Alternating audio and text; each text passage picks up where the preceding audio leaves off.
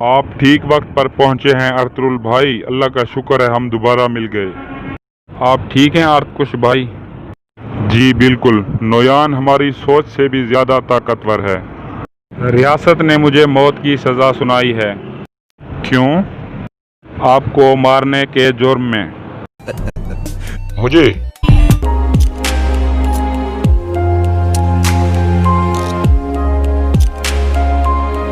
अस्सलामुअलैकुम नाजरीन, पिछली किस्त में आपने देखा कि सल्जोक रियासत अर्तुल को मौत की सज़ा सुना देती है। इस किस्त के आगाज़ में गुंजागुल गुंदोगदू के पास जाती है और कहती है कि मेरा दिल कहता है कि अर्तुल बेगुनाह है, लेकिन उसे चाहिए कि हथियार डाल दे और मुकदमे का सामना करे और उसके साथ इंसाफ होगा।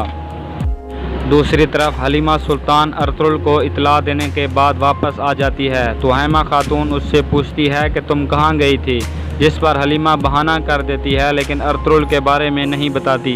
इसके बाद गुंदोगदू इसके पास आता है और कहता है कि मेरे ख्याल में तुम अर्तुल के पास गई थी, अगर तुम उसकी बेहतरी चाहती हो तो मुझे बता दो कि वो कहाँ है। लेकिन हलीमा नहीं बताती और कहती है कि ये आपको पहले सोच लेना चाहिए था जब आपने उसे कबीले से निकाला था। इसके बाद हलीमा वहाँ से चली जाती है। गुंदोगदू अपनी वालदा से कहता है कि आप परेशान मत हों, मैं अर्तुल को ढूंढ लूँगा। दूसरी तरफ नोयान के डेरे पर आर्तकुश को नोयान के सामने लाया जाता है। नोयान कहता है कि मैं जानता हूँ कि उगेडे के पास जो जासूस है उसका नाम सुंगड़तेकन है और बहुत जल्द उगेडे मुझे उसका सर भेजेगा और फिर मैं उसका सर कबीले के सामने लटका दूंगा ताकि उसके रिश्तेदार उसे पहचान सकें और तुम्हें मैं उगेडे के पास भेजूंगा। और जब यह खबर सुल्तान अलाउद्दीन के पास पहुंचेगी तो वो समझ जाएगा कि मैं जंग शुरू होने से पहले ही हार गया हूं। उधर कबीले में हैमा खातून बहुत गुस्से में गोमेस्तेकन के पास जाती है और कहती है कि तुम मेरे बेटे से क्या चाहते हो, वो बेगुनाह है और मैं तुम्हारे इस हुक्म को नहीं मानती, और अगर तुमने हमारे काई कबीले के लोगों को तंग किया तो कल हम ये जगह छोड़कर चले जाएंगे। गोमेस्तेकन कहता है कि ये सल्जोक रियासत का हुक्म है, इसीलिए मैं कुछ नहीं कर सकता। रात को गोपचे और तूताकिन आपस में बातचीत कर रहे होते हैं। तूताकिन शादी की तैयारियों के बारे में बात कर रहा होता है, लेकिन गोपचे उससे पूछती है कि अर्तुल के साथ क्या होगा, जिस पर तूताकिन गुस्से में आ जाता है और कहता है कि आइंदा तुम अर्तुल के बारे में मुझसे कोई बात नहीं करोगी, जिस पर गोपचे कहती है कि वो मेरे भाइयों की तरह है, इसलिए मैंने उसके बारे में पूछा था। दूसरी तरफ नोयान के डेरे पर जब सब लोग सो जाते हैं तो अब्दुर्रहमान वहां से चुपके से निकल पड़ता है। इस दौरान तांगुत की आंख खुल जाती है और वह उसे देख लेता है लेकिन कुछ भी नहीं करता। अब्दुर्रहमान वहां से निकलकर सीधा अर्तुल के पास गार में पहुंच जाता है और कहता है कि मैंने नोयान का इतबार जीत लिया है। फिर अर्तुल उसे आर्तकुश के बारे में पूछता है। अब्दुर्रहमान कहता है कि वो नोयान के पास है और वो कल उसे उगेडे के पास भेजने वाला है। दूसरी बात, अब्दुर्रहमान ये बताता है कि नोयान को सुंगड़तेकन के बारे में पता चल गया है कि वो एक जासूस है और उसने उगेडे को पैगाम भी भिजवा दिया है। इसके बाद अर्तुल फ़ौरन खड़ा हो जाता है और अपने सिपाहियों को कहता है कि तैयार हो जाओ कि हमने आर्तकुश को मंगोलों से बचाना है। इसके बाद अर्तुल अब्दुर्रहमान को वापस जाने को कहता है ताकि मंगोलों को उसकी गैर मौजूदगी पर शक न हो जाए। अगले दिन अर्तुल और उसके साथी एक जगह छुप कर खड़े होते हैं। दूसरी तरफ मंगोल सल्जोक कमांडर आर्तकुश को लेकर रवाना हो रहे होते हैं और जब वो उस जगह पर पहुंचते हैं तो तुर्गुत और दुआन पहले उन पर तीर चलाते हैं और कुछ सिपाहियों को मार देते हैं। फिर उसके बाद वो आगे जाकर उन पर हमला कर देते हैं।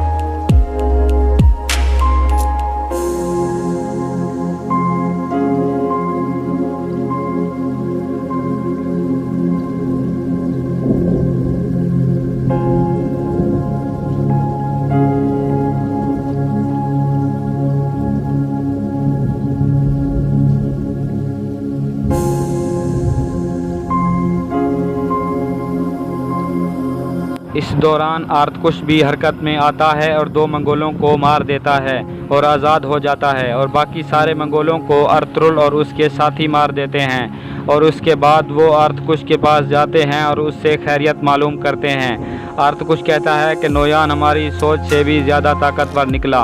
अर्तुल कहता है कि हमारे दुश्मन को ताकतवर होना चाहिए ताकि हम उसे अपनी बहादुरी दिखा सकें। اس کے بعد ارطغرل کہتا ہے کہ سلجوق ریاست نے مجھے موت کی سزا سنا دی ہے اور یہ الزام لگایا ہے کہ میں نے آپ کو مار دیا ہے، جس پر ارطغرل ہنسنے لگتا ہے۔ اسی دوران تانگوت جو چھپ کر سب کچھ دیکھ رہا ہوتا ہے وہ ارطغرل کو نشانہ بنا کر تیر چلا دیتا ہے جو سیدھا اس کے سینے میں لگتا ہے۔ اس کے بعد تورگت اور دوان تانگوت کا پیچھا کرنا شروع کر دیتے ہیں، لیکن تانگوت بھاگتے بھاگتے اپنے گھوڑے کے پاس پہنچ جاتا ہے اور وہاں سے نکل جانے میں کامیاب ہو جاتا ہے۔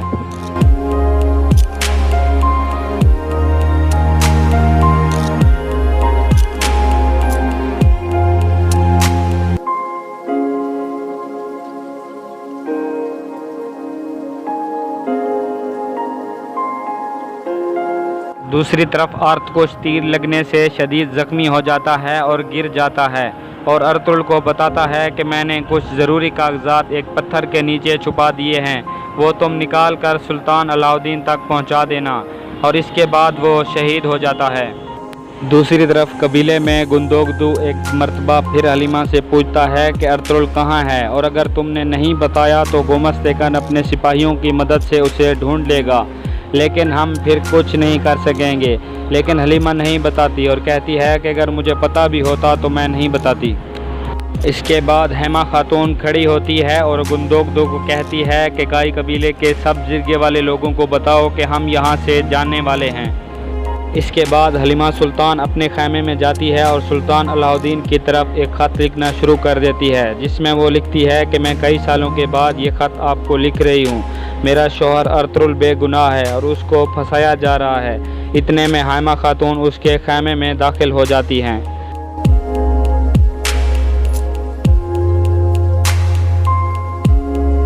حلیمہ خط کو چھپانے کی کوشش کرتی ہے لیکن ہیما خاتون دیکھ لیتی ہے۔ اس کے بعد حلیمہ کو خط کے بارے میں بتانا پڑتا ہے کہ وہ سلطان علاء الدین کے نام ایک پیغام بھجوا رہی ہے اور ارطغرل کو بچانے کا یہی ایک راستہ ہے۔ یہ ساری باتیں گوبچے بھی باہر چھپ کر سن لیتی ہے۔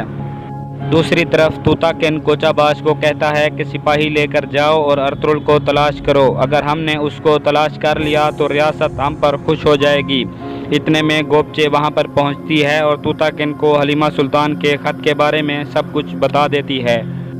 دوسری طرف ارطغرل اور اس کے ساتھی قبر کھود کر ارطغرل کو وہی دفنا دیتے ہیں۔ تورگت کہتا ہے کہ ارطغرل ہی وہ آدمی تھا جو آپ کی بے گناہی ثابت کر سکتا تھا۔ ارطغرل کہتا ہے کہ اس میں بھی کوئی بہتری ہوگی۔ اس کے بعد وہ ارطغرل کی بتائی ہوئی جگہ کی طرف روانہ ہو جاتا ہے جہاں اس نے ضروری کاغذات چھپائے تھے۔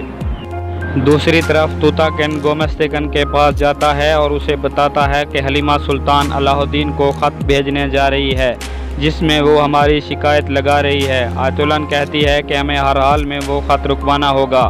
گومستیکن کہتا ہے کہ حلیمہ سلطان کو پنجرے میں قید کر دوں گا تاکہ ارطغرل ہتھیار ڈال دے، لیکن آیت اللہ اور توتاکن اسے ایسا کرنے سے منع کرتے ہیں اور کہتے ہیں کہ ایسا کرنے سے قبیلے میں حالات خراب ہو جائیں گے۔ لیکن گومستیکن کہتا ہے کہ ارطغرل ریاست کی نظر میں ایک قاتل ہے اور ہم اس کے قریبی لوگوں کو جیل میں ڈال کر یہ بتائیں گے کہ یہ لوگ اس قاتل کی مدد کر رہے ہیں۔ دوسری طرف ہیما خاتون حلیمہ سلطان کا لکھا ہوا خط ایک سپاہی کے حوالے کرتی ہے اور کہتی ہے کہ فوراً جاؤ اور یہ خط سلطان علاء الدین تک پہنچاؤ، اور یہاں اس قسط کا اختتام ہو جاتا ہے۔